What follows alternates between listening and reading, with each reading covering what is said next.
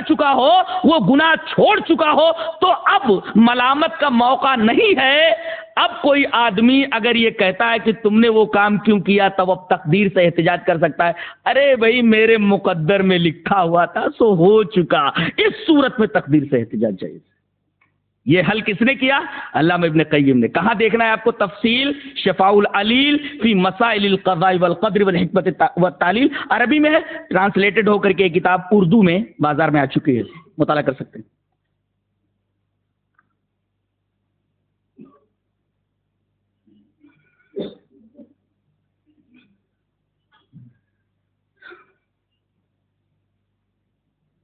ضرورت ہے کہ اسی مقام پر ایک اور مسئلے کا حل تلاش کر لیا جائے۔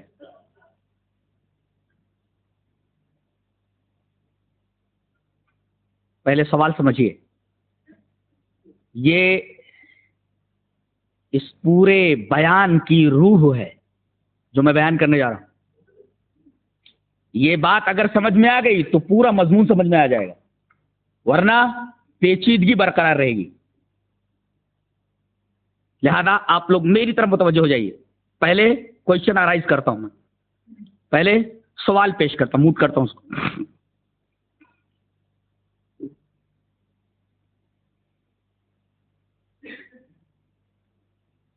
ایک آدمی نماز پڑھ رہا ہے، اب سوال ہے، یہ اللہ کے ارادے، اللہ کے اختیار اور اللہ کی مشیت سے پڑھ رہا ہے؟ جواب ہاں، جواب ہاں۔ اب دوسرا سوال،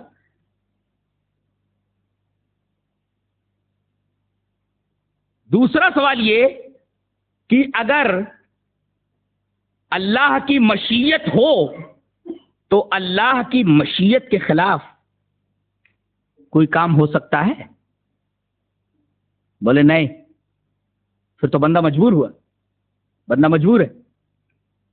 اب جب بندہ مجبور ہوا تب اس پر مواخذہ کیسا، اس پر گرفت کیسی؟ نہیں سمجھ میں آیا؟ وہی میں سمجھانے جا رہا ہوں۔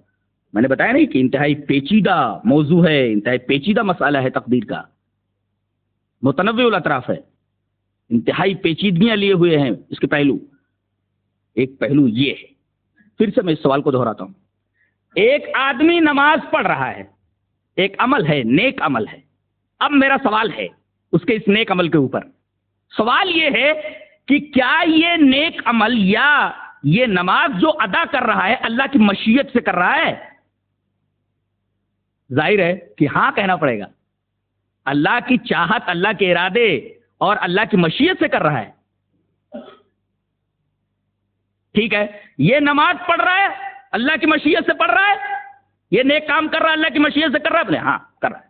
اچھا، دوسرا سوال، کیا اللہ کی مشیت کے خلاف ہو سکتا ہے؟ بولے نہیں ہو سکتا، تو بندہ تو مجبور ہوا نا، مشیت ہے اللہ کی تب پڑھ رہا ہے، مشیت نہ ہوتی تو کہاں پڑھتا ہو؟ تو مجبور ہوا نا، مشیت کی وجہ سے پڑھ رہا ہے ہو، مشیت نہ ہوتی تو نہیں پڑھتا۔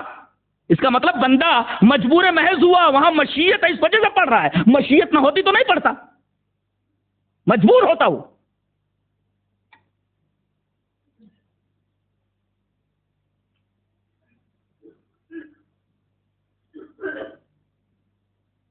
سوال کو پھر سے دہراتا ہوں، میرا خیال ہے سمجھ میں نہیں آیا۔ ایک آدمی نماز پڑھ رہا ہے، نیک عمل ہے۔ سوال پہلا یہ ہے کہ یہ جو نماز پڑھ رہا ہے اس پر اللہ کی مشیت ہے کہ نہیں؟ بغیر اللہ کی مشیت کے کوئی آدمی کام کر ہی نہیں سکتا۔ کیوں؟ اللہ نے ایک جگہ ارشاد فرمایا وَمَا تَشَاءُونَ إِلَّا أَن يَشَاءَ اللَّهُ، تم چاہ نہیں سکتے جب تک کہ اللہ نہ چاہے۔ تو یہ جو نماز کی چاہت ہے تمہاری، نماز جو چاہ رہے ہو، یہ اللہ کے چاہنے کی وجہ سے تم چاہ رہے ہو، یہ ہے۔ تو اللہ کی مشیت ہے اس وجہ سے تم نماز پڑھ رہے ہو۔ اللہ کی مشیت کے خلاف نہیں ہو سکتا، تو مجبور محض ہوا نا، بندہ مجبور ہے، اور مجبور جب ہے تو مجبور پر مواخذہ کیسا، گرفت کیسی؟ اگر یہ نقطہ سمجھ میں آ جائے پورا مسئلہ تقدیر حل ہو جاتا ہے۔ اور ہم چاہتے ہیں کہ اسی مسئلے کا جواب ہم واضح طور سے آپ کے سامنے پیش کریں۔ پہلے ایک مثال دیتا ہوں. ایک آدمی بولتا ہے گھوڑے پر کوئی سوار نہیں ہو سکتا، دوسرا بولتا ہے گھوڑے پر لوگ سوار ہو سکتے. ایک آدمی کیا بولتا ہے؟ گھوڑے پر کوئی سوار نہیں ہو سکتا. اچھا، دوسرا کیا بولتا ہے؟ گھوڑے پر لوگ سوار ہو سکتے. اب کسی آئی ایس کے امتحان دینے والے بچے سے سوال کیا جائے، ٹیلنٹڈ ہوگا تو جواب دے لے گا، دونوں صحیح بول رہے ہیں بولے گا. کیا بولے گا؟ دونوں صحیح بول رہے ہیں. ایک کیا بول رہا ہے؟ کوئی آدمی گھوڑے پر سوار نہیں ہو سکتا، یہ بھی صحیح کہہ رہا ہے. اور بہت سارے لوگ گھوڑے پر سوار ہو سکتے ہیں، اس کا بھی موقف صحیح ہے، یہ بھی صحیح کہہ رہا ہے. کیسے؟ وہ جو کہہ رہا ہے گھوڑے پر کوئی سوار نہیں ہو سکتا، وہ دیوار پر گھوڑے کی تصویر بنی ہوئی ہے، وہ کہہ رہا ہے گھوڑے پر کوئی سوار نہیں ہو سکتا. نہیں ہو سکتا، صحیح کہہ رہے ہو. ابھی آئی ایس کے جو بچے ہوتے ہیں نا، اسی طریقے کے سوالات کیے جاتے ہیں ان سے. وہ یہ کہہ رہا ہے کہ گھوڑے پر کوئی سوار نہیں ہو سکتا، صحیح ہے، اس لیے کہ اس کا اشارہ ہے دیوار پر جو گھوڑا بنا ہوا ہے، بورڈ کے اوپر جو گھوڑے کی تصویر ہے، اس کے اوپر کوئی سوار نہیں ہو سکتا. کیسے سوار ہوگا؟ اور جو دوسرا ہے وہ یہ کہہ رہا ہے کہ بہت سارے لوگ گھوڑے پر سوار ہو سکتے ہیں، وہ بھی صحیح بول رہا ہے. کسی کام کا چاہنا دو طریقے کا ہوتا ہے. پھر بولتا ہوں، کسی کام کا چاہنا دو طریقے کا ہوتا ہے. پھر بولتا ہوں، کسی کام کا چاہنا دو طریقے کا ہوتا ہے. ایک تو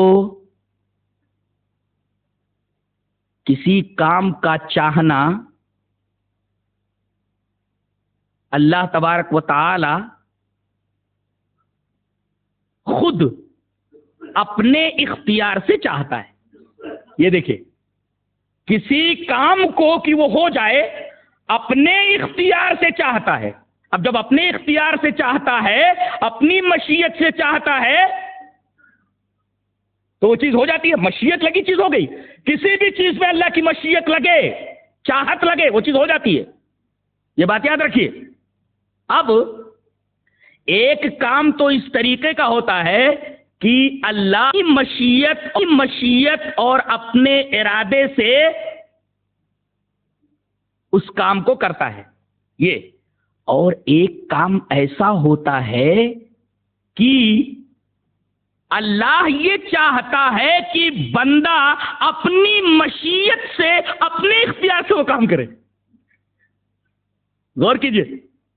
ایک کام تو یہ ہے کہ ڈائریکٹ اللہ تبارک و تعالی اپنی مشیت اور اپنے اختیار سے کرتا ہے. کام کا ایک کرنا تو اس طریقے کا اس میں ڈائریکٹ اللہ کی مشیت لگی ہوئی ہے، وہ کام ہو گیا. اور ایک کام کرنا اس طریقے سے ہوتا ہے، ایک کام اللہ کرنا اس طریقے سے چاہتا ہے کہ وہ یہ چاہتا ہے کہ بندہ اپنی مشیت سے، بندہ اپنے اختیار سے کام کرے. اللہ یہ چاہتا ہے. دیکھیے، اللہ کی مشیت پر چاہنا، تو اللہ یہ چاہتا ہے، اللہ کی یہ مشیت ہے کہ بندہ اپنی مشیت سے اور اپنے اختیار سے کام کرے. تو بندہ اپنی مشیت سے جب کام کرے گا تو وہاں مجبور کہاں ہوا؟ مجبور نہیں ہوا. اللہ نے یہ چاہا کہ بندہ اپنے اختیار سے، اپنی مشیت سے کام کرے. اللہ نے یہ چاہا کہ بندہ اپنے چاہنے سے، اپنی مشیت اور اپنے اختیار سے کام کرے. تو بندہ مجبور محض نہیں ہوا. اب اگر بندے کو مجبور محض مانا جائے تو اللہ کی مشیت کا خلاف ہونا لازم آیا کہ اللہ نے چاہا اور وہ کام نہیں ہوا. اب اللہ نے چاہا کہ بندہ اپنی مشیت سے، اپنے چاہنے سے، اپنے اختیار سے کام کرے، تو بندے کو تو اپنی مشیت سے کرنا ہی ہے نا، اپنے اختیار سے کرنا ہی ہے. لہذا اپنی مشیت، اپنے اختیار سے اگر وہ کام کر رہا ہے تو مجبور نہیں ہوا. لہذا یہ بات اگر سمجھ میں آ گئی ہے تو مسئلہ تقدیر بالکل واضح. ریوائنڈ کر کے بار بار سنیے اس کو. اگر اس پوائنٹ کو اگر آپ نے سمجھ لیا تو انشاءاللہ یہ پورا مضمون آپ کی سمجھ میں آ جائے گا.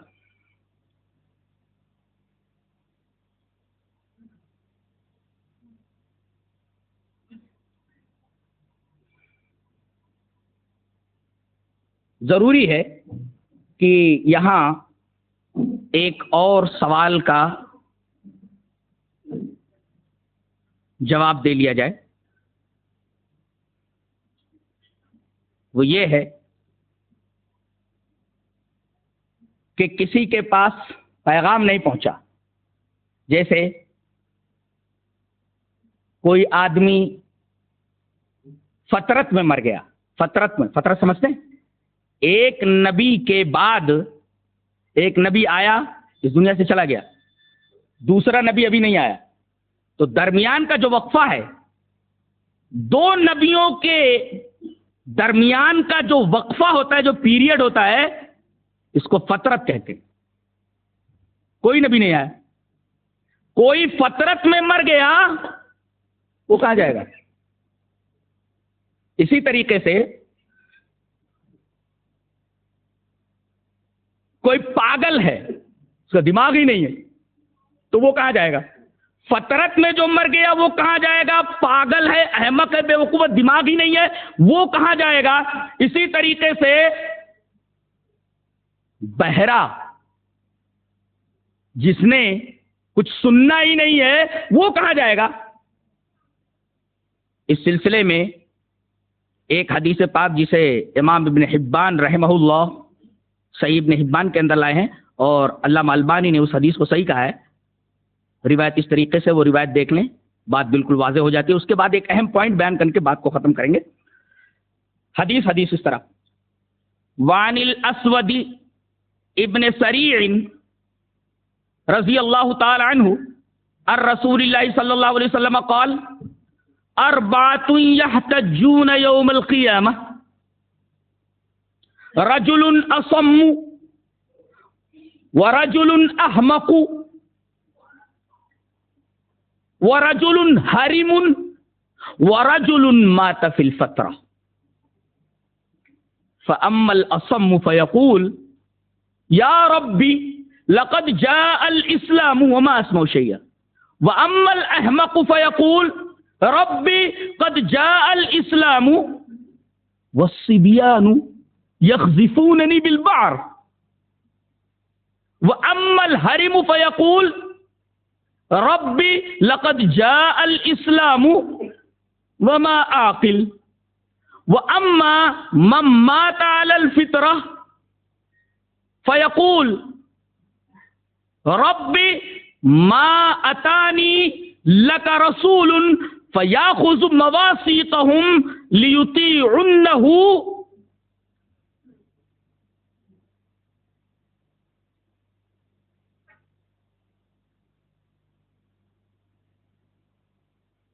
فيقول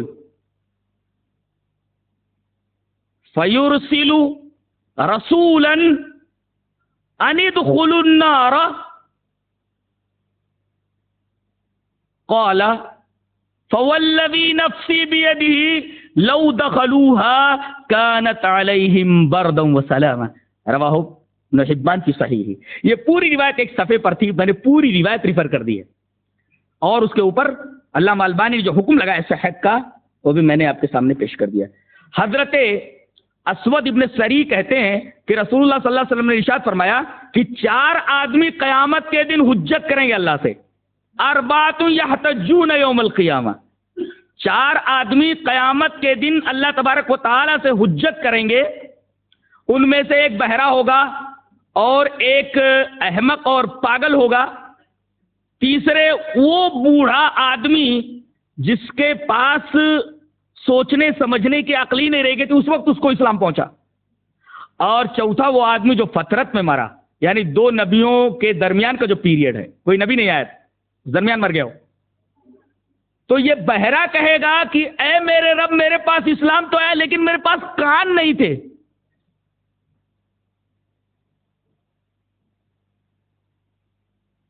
اب میرے پاس کان ہی نہیں تھی، تیرے پیغام کو میں نے سنا نہیں، اب بتا مجھے کہاں ڈالے گا تو؟ اس کے بعد کہا گیا کہ پھر احمق بولے گا کہ اے میرے رب، اسلام تو آیا میرے پاس لیکن میرے پاس عقل ہی نہیں تھی سمجھنے کے لیے، وما عاقل، میرے پاس عقل ہی نہیں تھی۔ احمق یہ بولے گا کہ بچوں کا حال یہ تھا کہ میرے اوپر وہ اونٹ کی میگنیاں پھینکتے تھے، کہ یہ تو بے وقوف ہے، احمق ہے، پاگل ہے، تو بچے میرے ساتھ یہ سلوک کرتے تھے۔ پھر اس کے بعد وہ بوڑھا بولے گا جس کی عقل خراب ہو گئی تھی کہ اللہ میں تو کچھ سمجھ ہی نہیں پا رہا تھا، ایسے حال میں پہنچ گیا تھا بڑھاپے کے۔ اور جو آدمی فطرت میں مرا وہ یہ کہے گا کہ اے میرے رب، پاس تو تیرا کوئی رسول ہی نہیں آیا کہ وہ ہم سے عہد لیتا اور ہم اس کی اطاعت کرتے. تو اللہ تبارک و تعالی ان چاروں کے ساتھ کیا سلوک کرے گا؟ کوئی کہے گا پیغام نہیں پہنچا، کوئی کہے پیغام آیا میرے پاس عقل ہی نہیں تھی، کوئی کہے گا پیغام آیا میرے کان نہیں تھے. پھر ان کے ساتھ کیا سلوک ہونے والا ہے؟ اللہ جب تک اتمام حجت نہ کرے تب تک کسی کو عذاب نہیں دیتا، ان کے ساتھ کیا کرے گا؟ نبی کریم صلی اللہ علیہ وسلم نے فرمایا کہ ایک رسول بھیجے گا وہیں میدان محشر میں، میدان محشر میں ایک رسول بھیجے گا اور وہ رسول بولے گا.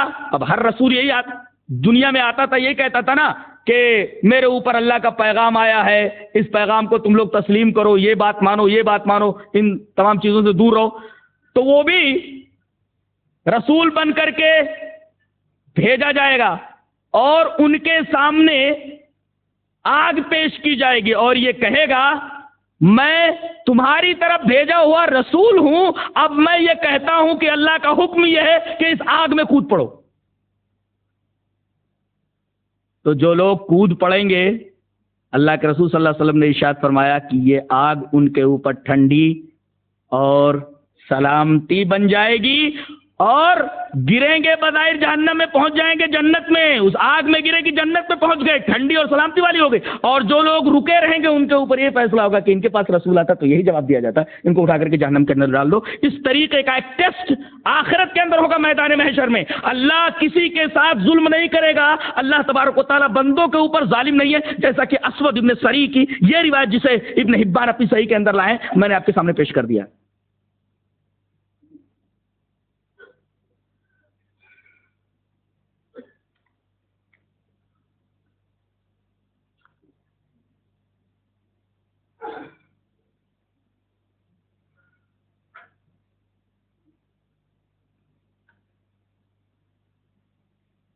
اب آخری نقطہ، جس نقطے کو آپ سمجھ لیں تو پوری بحث اچھی طرح واضح ہو جائے گی. کیسے؟ ایک تقدیر ہوتی ہے مبرم. قضا کی دو قسمیں، قضائے مبرم اور قضائے معلق، اس کو آپ سمجھ لیں. ایک تقدیر جو لکھ دی گئی اس کے اندر محو اور اس بات نہیں ہوتا، اٹل ہے، بدلتی نہیں. قضا کی دو قسمیں، تقدیر کی دو قسمیں. قضائے مبرم یہ بدلتی نہیں، جو لکھ دیا گیا ہے لکھ دیا گیا ہے. جفت الاقلام و جفت الصحف، قلم سوکھ گئے، اس کے اندر کوئی تبدیلی ہونے والی نہیں، اس کو کہتے ہیں قضائے مبرم، اس کے اندر تبدیلی نہیں ہوتی. اور ایک قضا ایسی ہے جو معلق ہے، لٹکی ہوئی ہے. لٹکی ہے کیا مطلب؟ وہاں کچھ چیزوں کو، مسببات کو اسباب کے تابع کر دیا گیا ہے. اسباب اختیار کرو گے تو مسبب وجود میں آئے گا، اسباب اختیار کرو گے تو مسبب وجود میں آئے گا. اس سلسلے میں میں پہلے ایک حدیث پڑھتا ہوں. حدیث اس طرح: وعن سلمان الفارسی رضی اللہ تعالی عنہ قال قال رسول اللہ صلی اللہ علیہ وسلم لا يرد القضاء الا الدعاء ولا يزيد في الامور الا البر، رواہ الترمذی فی کتاب القدر. حضرت امام ترمذی اس حدیث پاک کو ایسے ہی کتاب القدر کے اندر لائے. حضرت سلمان فارسی رضی اللہ تعالیٰ عنہ فرماتے ہیں کہ رسول اللہ صلی اللہ علیہ وسلم نے ارشاد فرمایا کہ قضا کو نہیں بدل سکتی سوائے ایک چیز کے. کیا؟ وہ دعا ہے. دعا، اللہ تبارک و تعالیٰ سے آدمی دعا کرے تو تقدیر بدل جاتی ہے، قضا بدل دی جاتی ہے. لا يرد القضاء الا الدعاء، دعا سے تقدیر بدل جاتی ہے. اچھا، ولا يزيد في الامور الا البر، اور عمر میں اضافہ کوئی چیز نہیں کر سکتی سوائے نیکی کے. اگر آدمی نیکی کرتا ہے تو اس کی عمر میں اضافہ ہو جاتا ہے، اور آدمی اگر دعائیں مانگتا ہے تو تقدیر ٹل جاتی ہے. کون سی تقدیر؟ وہی جو معلق ہے کہ اگر بندہ دعا کرے گا، مانگے گا تو ملے گا. مسبب سبب کے ساتھ ہے. اگر دعا مانگی تو یہ چیز ملے گی، یہ نیکی کی تو یہ چیز ملے گی، نہیں کی نہیں ملے گی. معلق ہے وہ. اچھا، عمر بڑھنے کا کیا مطلب ہے؟ عمر بڑھتی ہے. ایک آدمی کی عمر 50 سال لکھ دی گئی ہے، کیا 60 سال ہو جائے گی؟ کیا ایسا ہے؟ جی ہاں، دونوں مطلب لیے جا سکتے ہیں. حدیث پاک کے آخری ٹکڑے کو حقیقت پر بھی محمول کیا جا سکتا ہے اور مجاز پر بھی. حقیقت پر محمول کریں گے تو مطلب یہ ہوگا کہ سچ مچ ایسا ہے کہ اگر آدمی نیکی کرے گا تو 50 سال کی عمر لکھی ہوئی ہے تو 60 سال کی ہو جائے گی، وہ معلق ہے وہ. مثلا ایسا لکھا ہوا ہے کہ اگر یہ حج کرے گا، صدقات و خیرات کرے گا، زکوٰۃ برابر ادا کرے گا، لوگوں کی، یتیموں کی، مسکینوں کی، بیواؤں کی خبر گیری کرے گا تو 50 سال کی عمر ہے، لٹکی ہوئی ہے، چلو یہ سب کر رہا ہے نا، 10 سال اور بڑھا دو، تو حقیقت پر بھی محمول کیا جا سکتا ہے. اور مفسرین اس طرف گئے محدثین کہ اس کو مجاز پر محمول کرنا زیادہ اچھا ہے. عمر بڑھنے کا مجازی مفہوم یہ ہے کہ 50 سال کی عمر تو 50 سال ہی رہے گی، لیکن 50 سال میں وہ اتنی نیکیاں کر کی توفیق اللہ اسے دے دے گا کہ کسی کو اگر 100 سال کی بھی عمر دے دی جائے تو اتنی نیکیاں نہیں کر پاتا. یہ ہے عمر میں بڑھنے کا مجازی مفہوم کہ ہے تو اس کی عمر 50 سال، مگر 50 سال کی عمر میں اللہ نیکیاں کرنے کی، اچھے اعمال کرنے کی اسے ایسی توفیق دے دے گا کہ کسی آدمی کو اگر 100 سال بھی دے دیے جائیں تو 100 سال میں اتنی نیکیاں نہیں کر پائے گا. تو چاہے اس حدیث پاک کے آخری ٹکڑے کو حقیقت پر محمول کیا جائے یا مجاز کے اوپر محمول کیا جائے، دونوں طریقے کا حمل بالکل صحیح ہے. تو یہ پوائنٹ خاص طور سے نگاہ میں رہے کہ ایک قضا بدلتی رہتی ہے، اور اس کی دلیل پر حضرت عمر رضی اللہ تعالی عنہ کا وہ فعل پیش کر دوں جسے امام طبری، امام ابن جریر طبری کے اندر لائے ہیں. روایت اس طرح ہے: وعن ابی عثمان النہدی ان عمر بن الخطاب رضی اللہ تعالی عنہ قال وهو يطوف بالبيت ويبكي اللهم ان كنت كتبت علي شقوة او ذنبا فامحه فإنك تمحو ما تشاء وتثبت وعندك ام الكتاب فاجعله سعادة ومغفرة. رواہ ابن جریر فی الطبری. امام ابن جریر طبری سورہ رعد کی وہ آیت یمحو اللہ ما یشاء ویثبت کی تفسیر میں حضرت ابو عثمان نہدی سے یہ روایت لائے ہیں. حضرت ابو عثمان، اور علامہ البانی نے اس حدیث کو صحیح کہا ہے، حضرت ابو عثمان نہدی کہتے ہیں کہ حضرت عمر ابن خطاب خانہ کعبہ کا طواف کر رہے ہیں اور رو رہے ہیں. یطوف بالبیت ویبکی، خانہ کعبہ کا طواف کر رہے ہیں اور زاروں قطار رو رہے ہیں. روتے ہوئے یہ دعا مانگ رہے ہیں. کیا دعا دیکھیے: اللہم ان کنت کتبت علی شقوۃ، اے اللہ اگر تو نے میری تقدیر میں شقاوت لکھ دی ہے، بدبختی لکھ دی ہے، تو او ذنبا یا گناہ لکھ دیا ہے، میری تقدیر میں اگر تو نے شقاوت لکھ دی ہے، بدبختی لکھ دی ہے، او ذنبا شقوۃ شقاوت بدبختی، او ذنبا شقاوت بدبختی لکھ دی، او ذنبا یا گناہ لکھ دیا ہے، فمحو تو اس کو مٹا دے. کیوں؟